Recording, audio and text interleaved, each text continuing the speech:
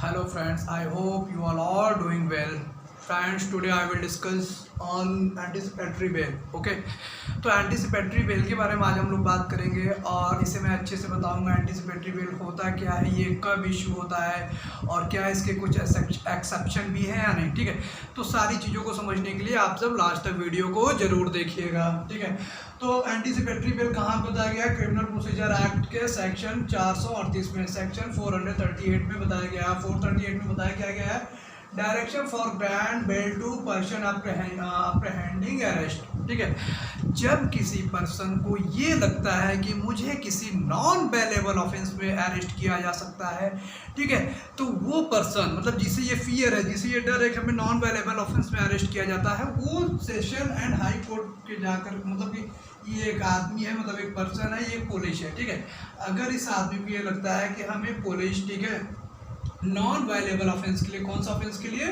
Arrested for non वायलेबल offence के लिए उसे अरेस्ट किया जा सकता है, तो वो पर्सन हाई कोर्ट में जाकर के या सेशन कोर्ट में जाकर के एंटीसिपेटरी बेल ले सकता है। ठीक है, तो एक तरीके से जनरल चीज़ें हो गई, लेकिन इसके अलावा आपको ये भी जानना पड़ेगा कि कोई पर्सन हाई कोर्ट में जाके या सेशन कोर्ट में जाके एंटीसिपेटरी बेल ले सकता है, लेकिन क्या बेल लेना क्या बेल लेना हमारा कोई राइट्स है? तो बेल लेना हमारा कोई राइट्स नहीं है। ठीक है, बेल देना, ठीक है, मतलब बेल कौन ग्रांट करेगा? कोर्ट ग्रांट करेगा। बेल ग्रांट करना it is a description of court, मतलब ये कोर्ट का स्वविवेक का अधिकार है, जिसे कोर्ट का डिस्क्रिप्शन बोलते हैं।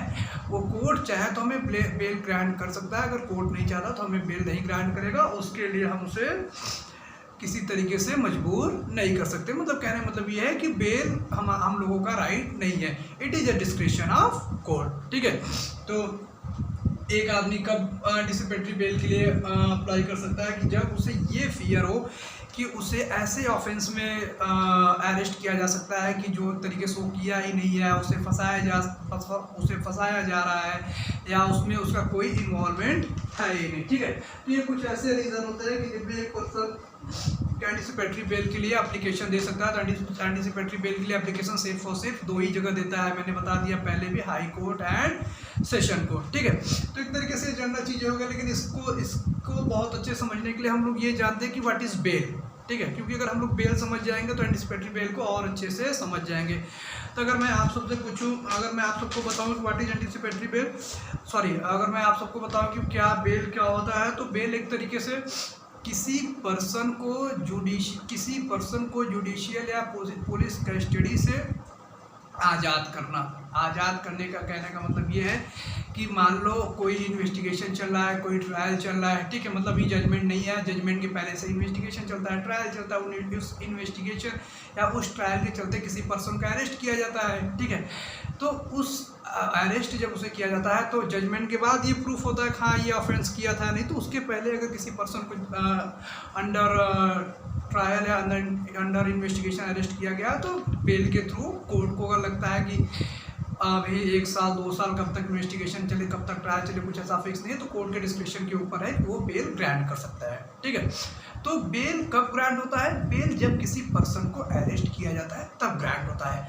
बट एंटीसिपेटरी बेल एक ऐसा बेल होता है जिसमें किसी पर्सन को अरेस्ट करने से पहले ही बेल ग्रांट कर दिया जाता है। जैसे कि मैंने बता दिया पहले भी कि अगर किसी पर्सन को ये लगता है कि उसे गलत तरीके से फंसाया जा सकता है और इस ऑफेंस में फंसा रहा है जो नॉन बेलेबल ऑफेंस होता है, तो अगर आपको अगर मैं बताना चाहूँगी कि नॉन बेलेबल ऑफेंस क्या होता है, तो नॉन बेलेबल ऑफेंस आपको CRPC के सेक्शन 2A में बताया गया है। ठीक है, तो 2A में बेलेबल एंड नॉन बेलेबल दोनों ऑफेंसेस के बारे में बताया गया है। तो नॉन बेलेबल ऐसे ऑफेंसेस होते हैं या नॉन बेलेबल वो ऑफेंस होते हैं जिन्हें या जिनके लिए आपको बेल ग्रांट जनरली नहीं किया जाता है। ठीक है, वो नॉन बेलेबल ऑफेंस होते हैं। ठीक है, और नॉन बेलेबल वो ऑफेंसेस होते हैं जो फर्स्ट शेड्यूल में नहीं आते, क्योंकि फर्स्ट शेड्यूल में सिर्फ और सिर्फ बेलेबल ऑफेंसेस ही आते हैं। ठीक है, तो एक तरीके से आप इतना ही समझो, नॉन बेलेबल ऑफेंस CRPC के सेक्शन 2A में बताया गया है,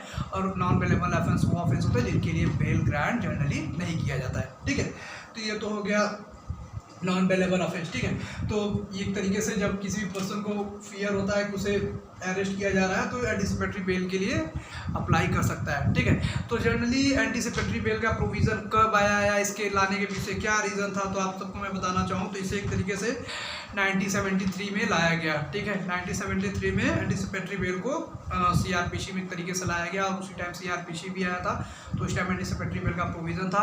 और एक तरीके से इसे लाने के लिए या इसे सीआरपीसी में मेंशन करने के लिए 41st लॉ कमीशन ने रिकमेंडेशन दिया था। कौन से लॉ कमीशन ने रिकमेंडेशन दिया था? 41st लॉ कमीशन ने एंटीसिपेटरी बेल को सीआरपीसी में मेंशन करने के लिए, सीआरपीसी में इंक्लूड करने के लिए रिकमेंडेशन दिया था, ठीक है। और 41st लॉ कमीशन ने रिकमेंडेशन क्यों दिया था? क्योंकि कभी कभी ऐसा होता है कि मान लो कोई बहुत रेपुटेड पर्सन है, मतलब बहुत इज्जतदार आदमी है, और उसे कोई लोग झूठे केस में फंसाना चाहते हैं, उसके रेपुटेशन को डैमेज करना चाहते हैं, ठीक है। तो बहुत से ऐसी चीज़ें होती है कि जहाँ पे मतलब आदमी की फॉल्ट नहीं रहती, वो नॉन बेलेबल ऑफेंस में फंस जाता है, जल्दी उसे जमानत मतलब कि बेल नहीं मिल पाता है, ठीक है। तो उन सब चीज़ों को देखते हुए बताया गया कि ये प्रोविज़न होना चाहिए। अगर किसी पर्सन को गलत तरीके से फंसा के उसके रेपुटेशन को डैमेज किया जा रहा है, मतलब उसके रेपुटेशन को मतलब रेपुटेशन कहने का मतलब है कि उसके इज्जत को अगर किसी तरीके का धब्बा लग रहा है अरेस्ट होने से, तो अगर हाई कोर्ट या सेशन कोर्ट को लगता है कि हमें इसे एंटीसिपेटरी बेल ग्रांट कर देना चाहिए, तो उसके डिस्क्रिप्शन के ऊपर है, वो एंटीसिपेटरी बेल ग्रांट कर सकता है, ठीक है। लेकिन जब हाई कोर्ट एक तरीके से तो मैंने आपको बता दिया कि एंटीसिपेटरी बेल सिर्फ और सिर्फ 2 कोर्ट ग्रांट कर सकता है। कौन कौन? हाई कोर्ट और सेशन कोर्ट। इसके अलावा कोई भी कोर्ट इंडिया में एंटीसिपेटरी बेल ग्रांट नहीं कर सकता। उसके बाद इसमें ये इंपॉर्टेंट चीज़ें हैं कि एंटीसिपेटरी बेल ग्रांट करेगा तो उसके साथ कुछ कंडीशन मेंशन कर सकता है। मतलब हाई कोर्ट या सेशन कोर्ट ये बोल देगा कि हाँ मैं आपको एंटीसिपेटरी बेल दे रहा हूँ, ठीक है, कोई बात नहीं, कोई प्रॉब्लम नहीं, लेकिन मैं या जब पुलिस वाले आपको मतलब जिस मैटर पे आप कोई मैटर तो बताओगे ना, हाँ ये मैटर है, इस पर मेरे को एंटीसिपेटरी बेल चाहिए, ठीक है, तो दे देगा। लेकिन आपसे ये बोलेगा कि जब आपको पुलिस वाला इंटरोगेशन के लिए या ट्रायल के लिए या इन्वेस्टिगेशन XYZ कोई भी मैटर होता है, कोई भी प्रॉब्लम, कोई भी इशू होता है, आपको बुलाते हैं पुलिस वाले, या तो मतलब कोर्ट में जब भी जाना होगा या पुलिस स्टेशन जब भी पुलिस वाले बुलाते हैं तो आपको वहाँ पे आना पड़ेगा, पहला कंडीशन। दूसरा एक तरीके से कंडीशन ये भी मेंशन है कि आप जब तक बाहर हो, मतलब आपका ट्रायल चल रहा है, आपको अरेस्ट नहीं किया गया क्योंकि आपके पास एंटीसिपेटरी बेल है और आपका ट्रायल चल रहा है, इन्वेस्टिगेशन हो रहा है, तो उस टाइम उस केस से जुड़े हुए किसी भी पार्टी को आप थ्रेट नहीं दोगे, मतलब किसी भी पार्टी को आप धमकी नहीं दोगे, ऐसा नहीं करोगे कि मेरे अगेंस्ट आप गवाही मत देना, ये मत करना, वो मत करना, मतलब किसी भी तरीके से किसी को थ्रेट नहीं करोगे। अगर इस तरीके से अगर आप थ्रेट करते हो, अगर पता चल गया कोर्ट को, तो ऐसा एंटीसिपेटरी बेल कैंसिल भी किया जा सकता है। कैंसिल भी कौन करेगा? हाई कोर्ट और सेशन भी कोर्ट, क्योंकि जो चीज़ जिसने इशू किया वही चीज़ उसे कैंसिल करने का भी पावर है, ठीक है, वही सिर्फ कैंसिल कर सकते हैं कौन कौन? High court and session court. तो कंडीशन एक तरीके से ये चीज़ें हो गई कि आपको जब मैं बुलाऊंगा आना पड़ेगा, आना पड़ेगा के बाद आप किसी को थ्रेट नहीं दोगे, ये सब सारी चीज़ें हो गई, ठीक है।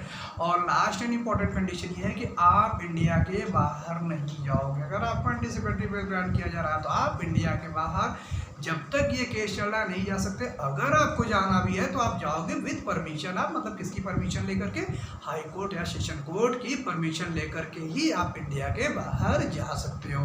ये सारी कंडीशंस रख देगा एक तरीके से। नॉन अवेलेबल ऑफेंस के लिए तो एंटीसिपेटरी बेल ग्रांट किया गया बाई 40 कौन सा रिकमेंडेशन, कौन से लॉ के रिकमेंडेशन पे? 41st लॉ के रिकमेंडेशन पे, लेकिन विथ कंडीशन ग्रांट करेगा। और अगर एक आदमी उस कंडीशन को जब तक फॉलो करता है तब तक एक तरीके से एंटीसिपेटरी बेल इशू है और वो चलता रहता है। अगर उस कंडीशन को ब्रेक करता है तो एंटीसिपेटरी बेल कैंसिल कर दिया जाता है। तो क्या ये क्वेश्चन ये उठता है और जनरली लोगों के माइंड में ये रहता है कि क्या ट्रायल चलता रहता है, इन्वेस्टिगेशन होता रहता है, ठीक है, और उस टाइम उस पर्सन को अरेस्ट किया जाता है, अरेस्ट किया जा सकता है, तो जब तक एंटीसिपेटरी बेल सेशन कोर्ट या हाई कोर्ट के द्वारा कैंसिल नहीं कर दिया जाता है तब तक चाहे ट्रायल हो चाहे इन्वेस्टिगेशन हो उस पर्सन को अरेस्ट नहीं किया जा सकता, जिससे कि एक बार एंटीसिपेटरी बेल ग्रांट कर दिया गया है, ठीक है। और दूसरी चीज़ कि क्या इसके कुछ एक्सेप्शन भी है। मेरे कहने का मतलब यह है कि क्या कोई ऐसा भी केस है जिसमें एंटीसिपेटरी बेल ग्रांट न किया जाए? तो बिल्कुल कुछ ऐसे केसेस हैं जिसमें एंटीसिपेटरी बेल ग्रांट नहीं किया जा सकता। तो आफ्टर 2018 अमेंडमेंट, जो क्रिमिनल लॉ अमेंडमेंट हुआ था, क्रिमिनल लॉ अमेंडमेंट 2018, ठीक है, 2018 का जो क्रिमिनल लॉ अमेंडमेंट हुआ था, इस लॉ अमेंडमेंट के थ्रू एक नया क्लॉज जोड़ा गया और उस क्लॉज में इसके एक्सेप्शन बताया गया। एक नया क्लॉज 438 का क्लॉज 4, ठीक है, मतलब कि 438 सेक्शन 438 में क्लॉज 4 ऐड किया गया और इस क्लॉज में कुछ एक्सेप्शन बताया कि इन केसेस में एंटीसिपेटरी बेल किसी भी पर्सन को ग्रांट नहीं किया जाएगा, ठीक है। अब वो एक तरीके से कंडीशन, अब वो एक्सेप्शन क्या है हम उन्हें देखते हैं, ठीक है। तो एक तरीके से इसमें अगर आप देखोगे तो पहला एक तरीके से ये हो गया है कि अगर आप पे कोई रेप का केस चल रहा है, मतलब रेप के केस में अगर आपको पुलिस अरेस्ट करना चाहती है, ठीक है, अब वो रेप का कैसा भी केस हो, जैसे कि सेक्शन आईपीसी के सेक्शन मैं लिख देता हूँ, आईपीसी के सेक्शन 376 में ABCD कई सारे ग्राउंड है ना, तो उन सब अगर ABCD जितने भी ग्राउंड है, जैसे गैंग रेप हो गया है या तो नॉर्मल या अथॉरिटी में मतलब कोई मैन है उसका रेप हो गया, मतलब रेप के केसेस में एक तरीके से एंटीसिपेटरी बेल ग्रांट नहीं होगा। अगर आपको रेप के केसेस के चलते अगर अरेस्ट किया जा रहा है तो आप चाहते हो कि उसके पहले ही, मतलब अरेस्ट होने के पहले ही हम एंटीसिपेटरी बेल ले लें, तो आपको वो एंटीसिपेटरी बेल नहीं मिलेगा, पहला चीज़। और दूसरा इसका एक्सेप्शन ये है कि अगर आप SC SC एक्ट 1989, ठीक है, SC ST एक्ट 1989 के सेक्शन 3 का वायलेशन करते हो, मतलब इस SC ST एक्ट के सेक्शन 3 के अगेंस्ट आप कोई भी वर्क करते हो, ठीक है, तो भी आपको एंटीसिपेटरी बेल ग्रांट नहीं होगा। तो एक तरीके से इसकी ये दो एक्सेप्शन है, इसके अलावा इसकी कोई एक्सेप्शन नहीं है। जनरली सारे कंडीशंस में एंटीसिपेटरी बेल मिल जाता है। तो एंटीसिपेटरी बेल देने के पीछे एक तरीके से यही रीज़न था कि किसी भी पर्सन को अगर फॉल्स तरीके से, गलत तरीके से अरेस्ट किया जा रहा है, उसकी रेपुटेशन को डैमेज करने के लिए अरेस्ट किया जा रहा है, उसकी इंसल्ट करने के लिए अरेस्ट किया जा रहा है, उससे किसी केस में फंसाया जा रहा है किसी दूसरे के थ्रू, तो वो चाहे तो पहले